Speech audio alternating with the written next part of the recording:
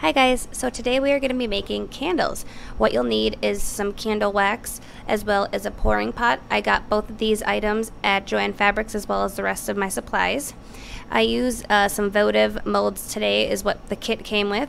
And then this is the scented block and this is the dye. It's an ivory color. It just came all in a kit as well as a thermometer, which is vital for your candle making abilities. So the first step is putting your thermometer into your pouring pot and heating up some water. I filled it about halfway so that my pouring pot would be a little more stable.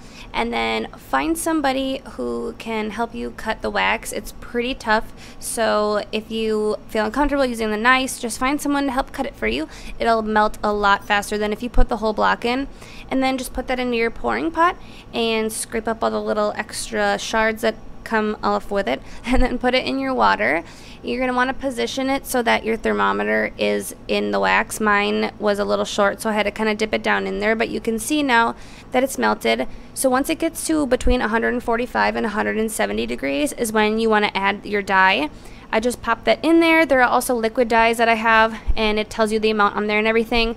And then once that is fully dissolved, then you can add your scent. This is when you want to kind of like let it start cooling down, because if it's too hot while your scent is in there, it'll decrease the intensity. So this is what you want to do right before you pour it into your molds.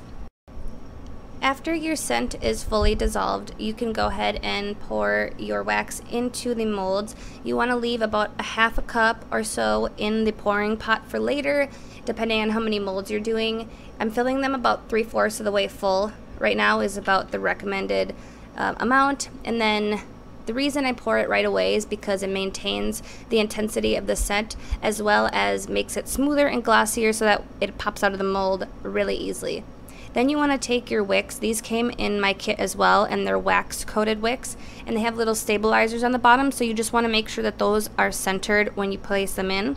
Then wait about 25 minutes, they'll start to cool, and then you want to pull the wax sticks back up to the center so that the wicks are centered when they're fully done cooling. Then you want to wait about another 30 minutes until they're a lot more cooled down, and then you want to add the remaining wax. A little well will form around the wick. You just need to fill that. When you fill your wells, just make sure not to exceed where you originally stopped in the beginning. And this is a little wick stabilizer. It's really handy and helpful, so I would recommend getting one of these. So now you want them to cool down the rest of the way. You can either cool them at room temperature for 2 hours or pop them in your freezer for 20 minutes. Since I am super impatient, I obviously chose the freezer option. Then they should slide right out. They're not the prettiest candles I've ever seen, but they were my first ones I've ever made, so I was super proud. It's really fun. Once you get the hang of it, it's just very easy. And then all you gotta do after this is just cut the wicks down to 1/4 inch and your candles are complete. They have tons of different types of wax for jars, for molds. They have different scents and colors, so you can mix and match and create your own. I made one in a jar and I loved it. I love candles so much, and this just helps save me money. And here are some great decorative ideas for your new candles. I got this cute little leaf dish at a thrift store for under $1, and I took one of my candles and I put these decorative rocks around it that I had lying around my apartment.